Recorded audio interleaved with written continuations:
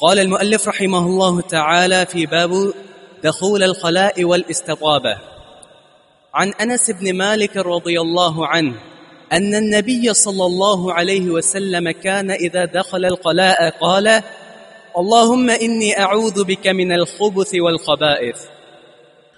باب دخول الخلاء والاستطابة عن أنس بن مالك رضي الله تعالى عنه أن النبي صلى الله عليه وسلم كان إذا دخل الخلاء قال اللهم إني أعوذ بك من الخبث والخبائث. بیت الخلاء میں داخل ہونے کے آداب بالاستطابہ اور پاکیزگی اور طہارت حاصل کرنے کے آداب، یا کہہ لیجیے استنجا کے آداب۔ اصل میں دو چیزیں ہیں جو استنجا میں استعمال ہوتی ہیں، ایک ڈھیلا اور ایک پانی۔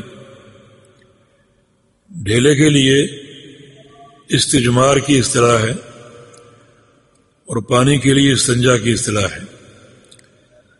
تو استطابہ کا تعلق دونوں سے ہے، یعنی ڈھیلے اور پانی سے پاکیزگی طہارت حاصل کرنے کے آداب۔ یہ شریعت مطہرہ کی سماحت، وسعت اور فضیلت ہے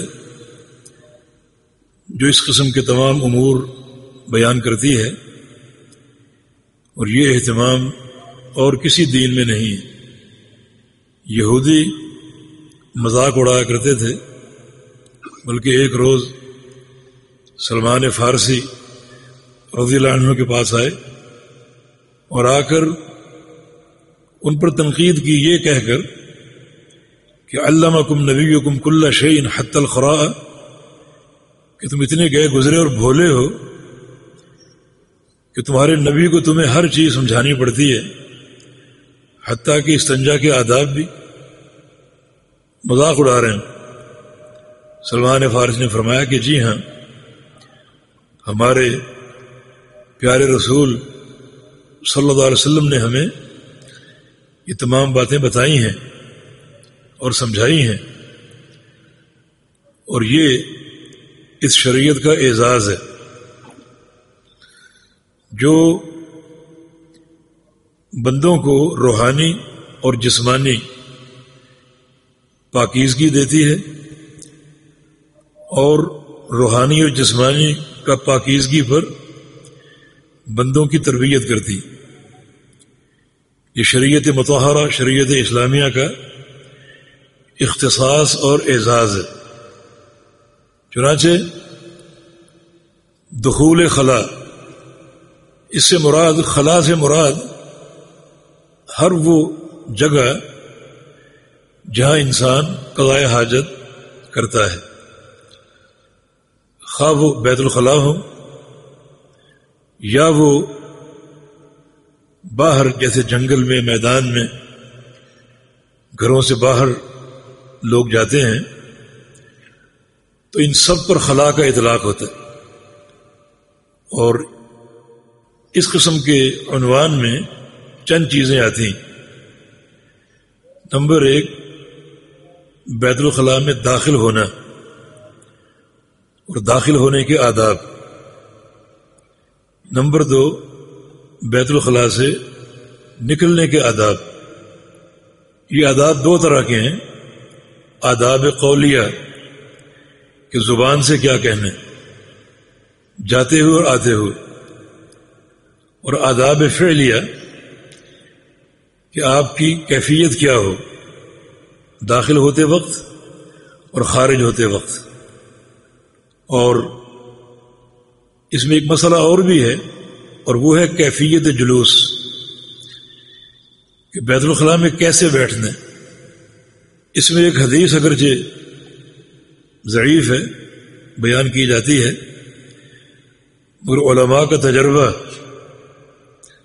اس مسئلے کی تائید کرتا ہے کہ جب انسان بیٹھے بیت الخلاء میں تو اس کی ٹیک بائیں پاؤں پر ہو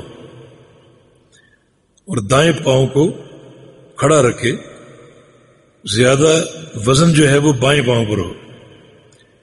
اس کے دو اسباب ہیں، ایک یہ کہ دائیں پاؤں کا اکرام، دائیں پاؤں کی تکریم، قضاء حاجت کے لیے بایاں پاؤں استعمال ہو رہا ہے۔ دوسرا یہ کہ بائیں پاؤں پر زیادہ زور دینے سے یا ٹیک لگانے سے قضاء حاجت میں آسانی ہوتی اور انسان کو جلد فراغت میسر آ جاتی۔ یہ بات باقاعدہ تجربات سے علماء نے ذکر کی ہے، تو یہ بھی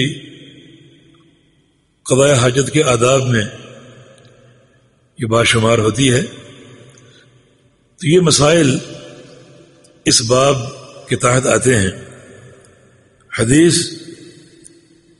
کے راوی انس بن مالک رضی اللہ تعالی عنہ ہیں، جن کی کنیت ابو حمزہ تھی، اور یہ انصاری صحابی ہیں اور خزرجی، ان کا تعلق انصار کے قبیلے بنو خزرج سے تھا، اور جب رسول کریم صلی اللہ علیہ وسلم ہجرت کر کے مدینہ منورہ تشریف لائے تو اس وقت ان کی عمر 10 سال تھی، اور ان کی والدہ ام سلیم رضی اللہ عنہا انہیں نبی علیہ السلام کی خدمت میں لے آئی کہ میں اس کو بطور خادم وقف کرتی ہوں، اور اللہ کے پیغمبر نے قبول کر لیا۔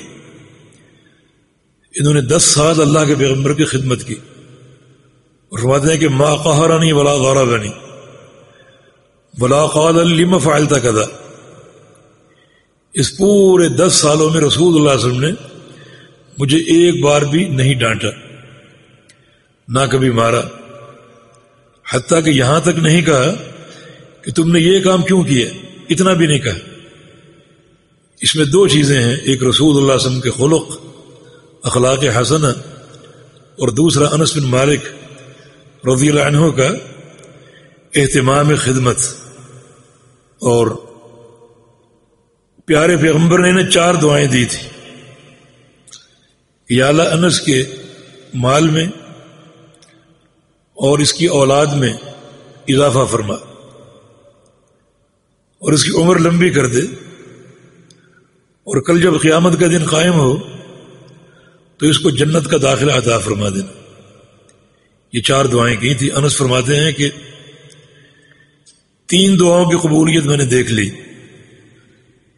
اللہ نے اتنا مال دیا کہ گن نہیں سکتا، اور اتنی اولاد دی کہ مجھے ان کے نام یاد نہیں، اور لمبی عمر دی ہے، 93 ہجری میں ان کا انتقال ہوا، وہ 103 سال عمر ہوئی ان کی۔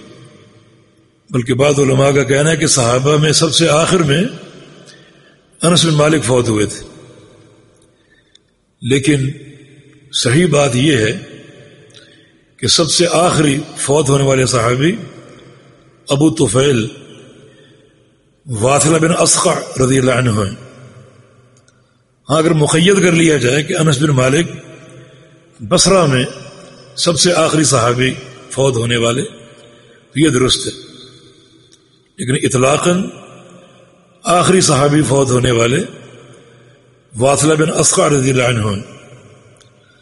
تو فرماتے ہیں کہ اللہ نے یہ ساری دعائیں قبول کر لیں، مال بھی دیا، اولاد بھی دی، عمر بھی دی، اور مجھے پوری امید ہے کہ 4تھی دعا بھی قیامت کے دن قبول ہو جائے گی، اور اللہ جنت کا داخلہ بھی عطا فرما دے گا۔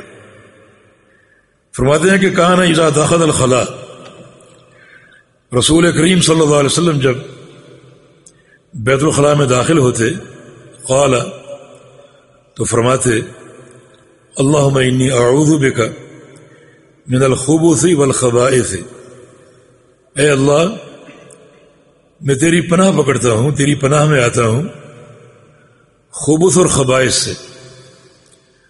خبث جمع ہے خبیث کی، مراد مرد مذکر شیاطین جو کہ خبیث ہیں، سارے شیاطین خبیث ہیں، یا خبیث جن والخبائث جمع خبیثت ان کی، مراد مؤنث شیاطین جو کہ سارے کے ساری خبیث ہیں۔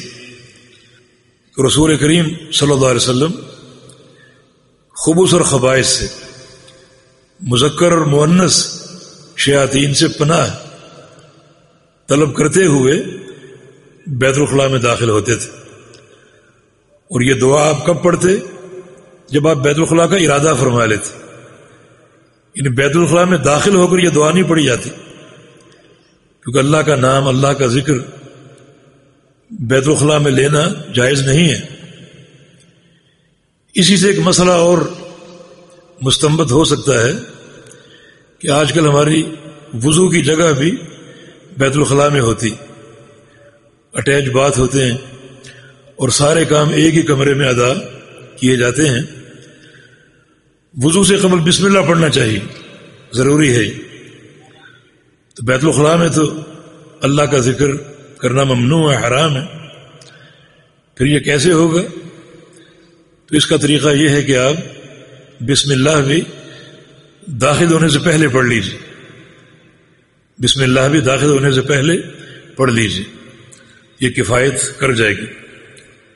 آپ خبث اور خبائث سے اللہ کی پناہ کیوں طلب کرتے تھے؟